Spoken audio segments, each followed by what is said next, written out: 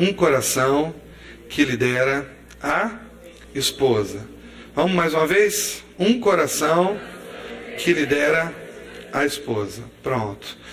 Sempre eu começo lendo a Bíblia com vocês. Hoje eu vou fazer diferente.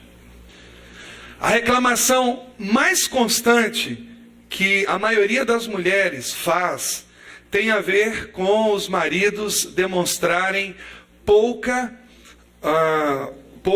ou nenhum interesse em assumir o papel de líderes espirituais da família. Você sabe também que a maioria das esposas não querem desempenhar esse papel que biblicamente é tarefa do marido? Quando o marido ele não exerce o papel de líder espiritual do seu lar, o bem-estar de toda a família fica prejudicado.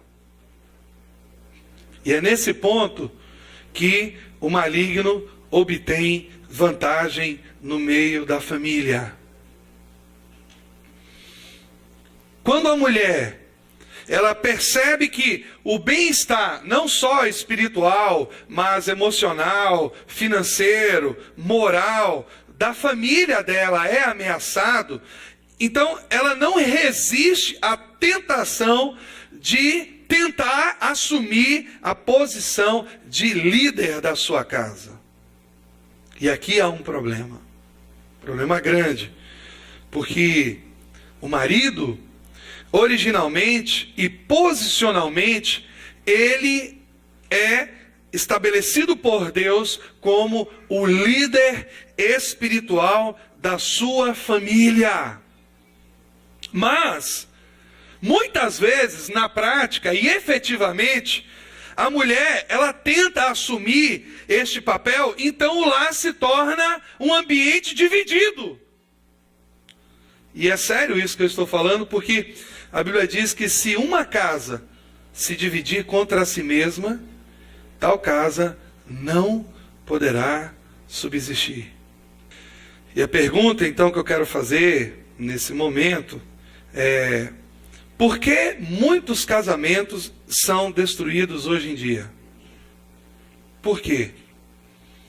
Porque muitos casamentos de pessoas que amam a Deus, que professam servir, seguir ao Senhor, estão sendo destruídos hoje em dia. Porque, basicamente, há divisão no meio da família. Há divisão no meio da família. E o propósito de Deus é exatamente o contrário. O que ele fala em Gênesis? Ele diz exatamente assim: portanto, deixará. Nós até brincamos na semana passada sobre isso, né? Deixará. E eu fiquei, deixará. Tem que deixar. Para que essa química, para que essa união aconteça, o homem, ele deixará o seu pai e a sua mãe, e ele apegar-se-á, a palavra gostosa essa, bonita essa, apegar-se-á a sua mulher, e serão ambos uma só carne. O propósito de Deus é que dois virem um. Esse é o propósito de Deus.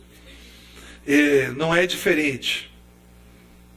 Então, eu queria inicialmente, na verdade eu queria nesse momento, falar sobre o inimigo inicial da família. Eu não sei se você já ouviu um desenho que tem norte-americano, de um personagem, ele é chamado como Pogo, um desenhozinho de um bonequinho que tem afeições humanas, e ele tem uma figura dele muito interessante, onde ele diz assim: já conhecemos o inimigo, e somos nós mesmos.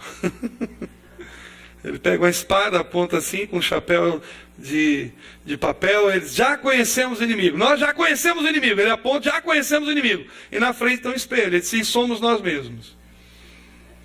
Quando se trata da condição da família cristã moderna, nós, os homens, geralmente somos o nosso pior inimigo. Eita, eu não ouvi nenhum glória. Só as mulheres. Misericórdia, Jesus. Os homens têm que dizer misericórdia, né? Amém. A gente tem que aplicar as expressões de louvor a Deus de forma correta mesmo. Se você quiser misericórdia, oh Jesus, tenha misericórdia de mim. É isso mesmo. Você sabia que a família cristã, ela está sob ataque das forças malignas? Não é uma guerra natural. Não é uma guerra simples, uma guerra comum. Observe como o mundo está se movendo em relação à família. Preste atenção. Veja que os ataques estão vindo de todos os lados, de todas as maneiras. Os casamentos cristãos estão desmoronando em índices alarmantes. Os filhos de lares cristãos não estão recebendo de seus pais a educação e o exemplo adequados. E a meu ver, o principal responsável por esse quadro é o marido e pai que não está assumindo, tomando posse da função que Deus lhe entregou como líder espiritual. Nós somos, os homens, somos os líderes espirituais da nossa família. Nós precisamos entender isso, receber isso, tomar posse disso no nosso coração. Eu estava conversando hoje, e hoje o pessoal do SOS veio para cá, do SOS Família. No dia 25 nós vamos fazer um evento conjunto com eles aqui, conjuntamente com eles, juntos com eles. E antes deles virem para cá fazer um ensaio hoje, eu conversando com o Júnior, e ele falou uma coisa para mim tão interessante. Ele falou: Pastor Paulo, eu às vezes estou dirigindo e acredito que isso já deva ter acontecido com você também. Você está com sua família, dirigindo o seu carro, você olha pelo retrovisor, as crianças dormiram, a esposa do lado está dormindo, está todo mundo dormindo e você ali cansado, mas você não pode dormir. Porque se você dormir, acontece uma tragédia, acontece um acidente. E eu falando com ele, falei: Júnior, isso é uma realidade espiritual da nossa família hoje. Às vezes as crianças estão dormindo, estão descansando, confiam na nossa liderança, confiam na nossa capacidade de perseverar, de continuar no volante, de conduzir as coisas, o carro da vida, e todo mundo descansa, e todo mundo relaxa, mas você não pode dormir. E eu acho que eu pude entender mais perfeitamente aquele texto que diz que Deus também não cochila. Ele não dorme, não tosqueneja, não pisca, não dorme, não vacila. E nós precisamos entender que essa é a nossa realidade espiritual como homens, como líderes, como responsáveis pelo bem-estar espiritual da nossa casa. Por isso Efésios 5,14 fala para nós: desperta, acorda, desperta tu que dormes, e levanta dentre os mortos, e Cristo te esclarecerá. Amém. Amém. Amém. Mas eu tenho uma boa notícia para você nesta noite, em nome de Jesus. Você pode reverter esse desmoronamento familiar.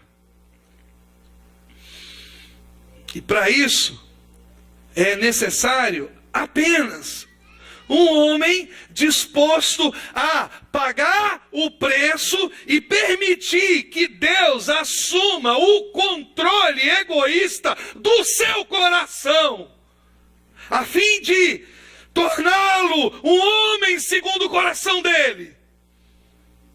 Alguém que cause impacto positivo nessa sociedade, na sua família, na sua casa. no contexto da sua vizinhança.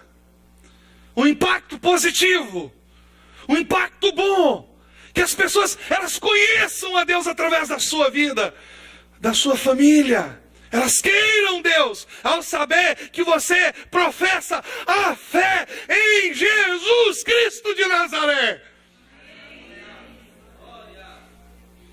Se você é casado, Deus colocou sobre os seus ombros, como marido e como pai, a responsabilidade de cuidar da saúde espiritual da sua família. Mas a gente não sabe fazer muito isso, né? Eu lembro de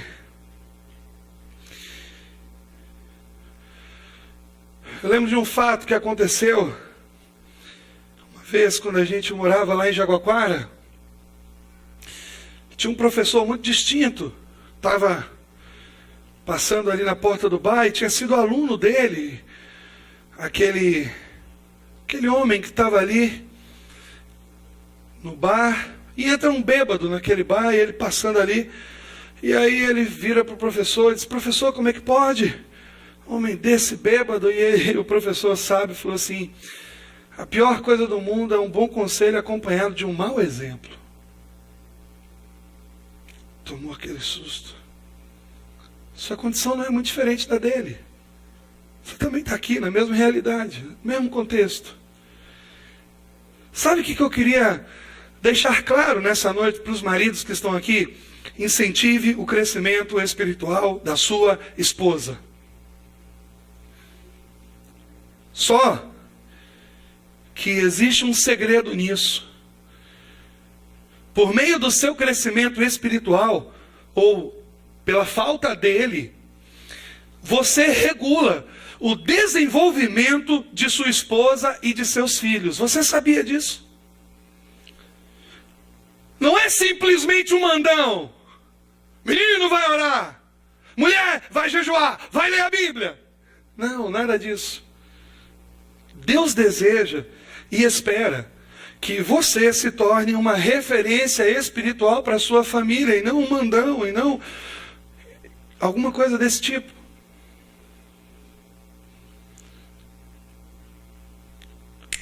Se você deseja ver a sua mulher submissa, seja submisso aos seus pais, às autoridades, seus líderes espirituais, seu chefe, ao Senhor. Você quer uma mulher submissa? Seja submisso. Você deseja uma esposa de oração? Seja um homem de joelhos curvados, dobrados, que vença, como nós falamos aqui ontem na reunião, não no braço da carne, mas que vença de forma espiritual. Nós homens somos fortes. Sansão era forte. Sansão é um protótipo do homem. Uma pessoa forte, o homem é forte, mas o inimigo, ele sabe atacar os nossos pontos fracos. Ele sabe atacar os nossos pontos fracos. E nem tudo nós resolvemos na nossa força. Aliás, a palavra diz a Zorobabel, o Senhor dizendo a Zorobabel: não por força nem por violência, mas pelo meu Espírito, diz o Senhor. Amém? Amém. Se você quer ter uma mulher cheia do Espírito Santo, seja um homem cheio do Espírito. Seja alguém cheio do Espírito. Eu queria ler agora com vocês a Bíblia. Abra sua Bíblia em Lucas capítulo 1. Depois de dizer essas coisas, eu vou colocar aqui na tela também. Você vai poder acompanhar comigo. Lucas capítulo 1, do versículo 5 em diante, até o verso 6. Nós lemos exatamente o seguinte. Lucas capítulo 1, Lucas era um médico. No capítulo 1, no versículo 5, Lucas fala assim: existiu no tempo de Herodes, rei da Judéia, Um sacerdote, diga assim, eu sou um sacerdote, chamado Zacarias, da ordem de Abias, e cuja mulher era das filhas de Arão, era da linhagem sacerdotal também, era um casal de sacerdotes. E o nome dela era Isabel. Diga comigo, Isabel. E o que eles eram? Olha o que eles eram. Ambos eram justos perante Deus, vivendo irrepreensivelmente em todos os mandamentos e preceitos do Senhor. Eu nunca ouvi uma declaração desta em toda a Bíblia a respeito de ninguém. Nem dos profetas, nem de Moisés, nem de Elias que fez fogo descer do céu, ou Moisés que abriu o mar vermelho. Nós não vemos uma declaração dessa. Eu acho que nós estamos diante, talvez, do casal, ou das únicas duas pessoas que conseguiram cumprir a lei antes de Jesus. Somente. Eu nunca vi uma declaração dessa a respeito de ninguém, de uma família principalmente. E ela diz, e eram ambos justos perante Deus, vivendo irrepreensivelmente. Um dia, dois, em todos os mandamentos e preceitos do Senhor. Em alguns, acertando aqui apenas e ali não. Não, em todos os mandamentos do Senhor. Feche os teus olhos.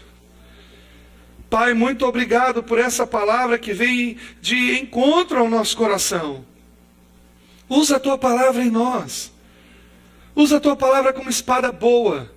Usa a tua palavra como lâmpada que clareia. Usa a tua palavra como rocha na nossa vida. Pai, muito obrigado pela tua palavra, que ela faça sentido, que ela seja aplicada poderosamente pelo teu Espírito em nosso coração nesta noite. Em nome de Jesus. Amém. Amém. O que eu preciso falar esta noite para você e para mim também? O que nós precisamos saber? Primeiro, que há uma aplicação para nós nesta palavra, nesse texto. Deus está pedindo que nós dois, eu e a minha esposa, você e a sua esposa, que nós cresçamos espiritualmente. Mas para quê? Para que isso? Para exercermos um grande impacto espiritual em nossa família, em nosso ministério e na sociedade. Por isso nós precisamos crescer. Por isso a gente precisa desenvolver. Nós não gostamos muito de admitir essas coisas, mas nossos filhos muitas vezes são rebeldes porque nós somos também.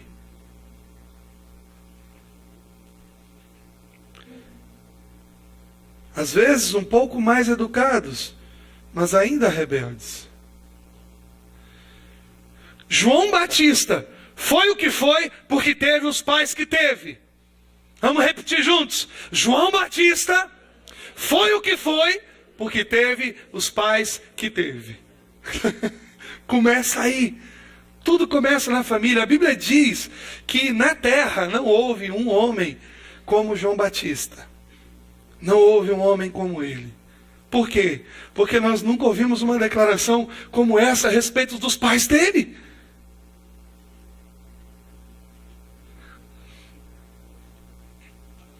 O que você precisa saber hoje? Incentiva a sua esposa a crescer. Mas não precisa empurrá-la. Você só precisa ir à frente. Você só precisa conduzi-la com muito amor, com muito carinho. Ore primeiro, jejue primeiro, seja paciente, seja benigno.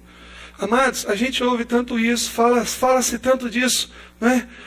O exemplo arrasta.